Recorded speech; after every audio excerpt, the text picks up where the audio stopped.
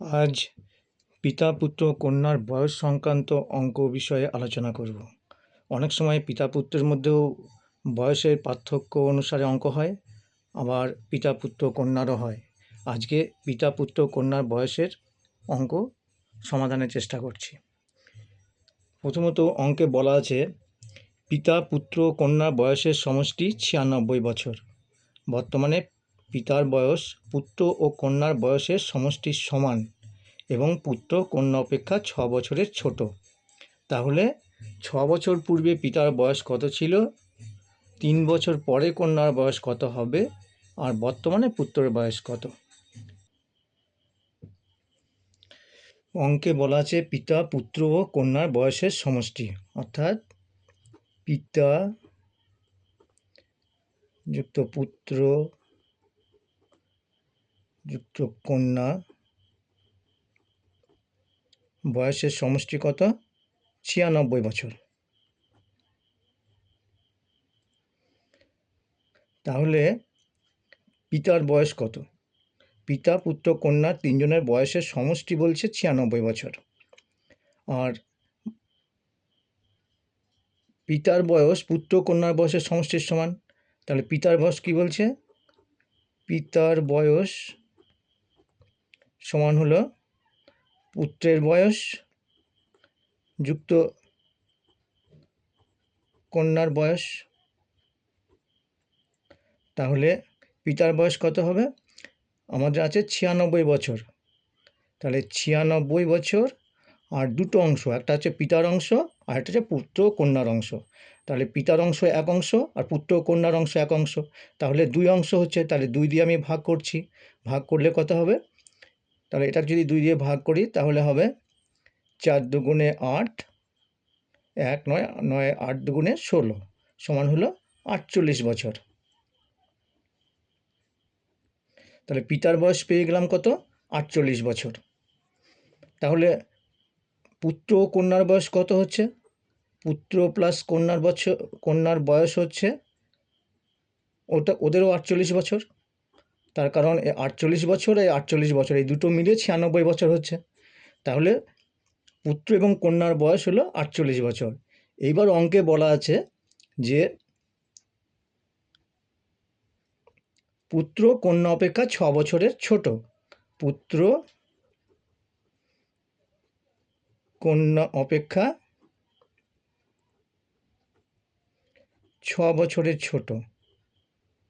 ৬ বছরের ছোট, এটা অঙ্কে বলা আছে। তাহলে পুত্রের বয়স কত হচ্ছে? অতএব পুত্রের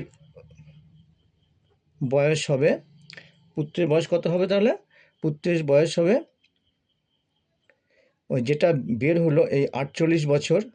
৪৮ বছর থেকে ৬ বছর বিয়োগ করে দিই। বিয়োগ করে যেটা হবে সেটাকে আবার ২ দিয়ে ভাগ করতে হবে। তার কারণ পুত্র ও কন্যা দুটো অংশ।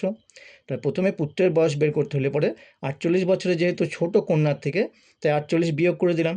তাহলে ৪৮ বিয়োগ করলে হচ্ছে এটা ৪২ বছর। ৪২ ভাজিত ২ সমান হলো ২১ বছর। তাহলে পুত্রের বর্তমান বয়স কত পেলাম আমরা? পুত্রের বর্তমান বয়স পেয়েছি ২১ বছর। আর কন্যার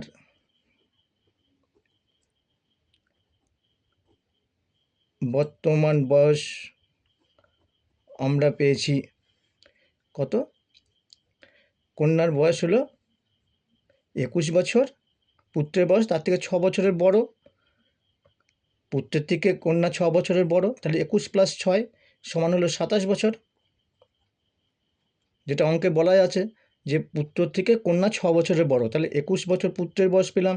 তাহলে কন্যার বয়স হলো ২১ প্লাস ৬ সমান হচ্ছে ২৭ বছর। আর পিতার বয়স তো আমরা অলরেডি পেয়ে গিয়েছি ৪৮ বছর। তাহলে অঙ্কে কি বলছে? ১ নম্বর প্রশ্নের উত্তর কি বলছে? যে ৬ বছর পূর্বে পিতার বয়স কত ছিল। তাহলে ৬ বছর পূর্বে পিতার বয়স কত বছর হবে? এখন যদি 48 বছর হয় তাহলে 6 বছর আগে তাহলে কত হবে? 6 বিয়োগ হবে, 48 থেকে 6 বাদ গেল, সমান কত হলো? 42 বছর। 42 বছর। তাহলে 6 বছর পূর্বে পিতার বয়স হলো 42 বছর। তাহলে 1 নম্বর প্রশ্নের উত্তর হয়ে গেল এটা। এবার বলছে 2 নম্বর কি বলছে? 3 বছর পরে কন্যার বয়স কত হবে? তাহলে 3 বছর পরে কন্যার বয়স হবে কত বছর?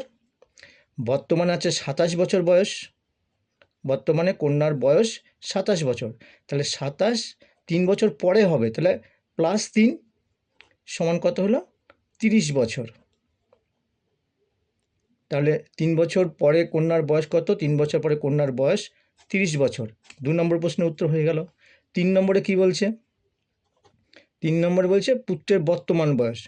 পুত্রের বর্তমান বয়স, অলরেডি আমাদের বর্তমান বয়স বেরিয়ে গেছে। পুত্রের বর্তমান বয়স 21 বছর।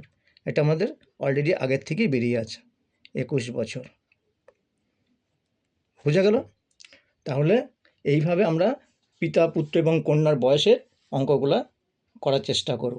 অঙ্কটা বোঝা গেছে?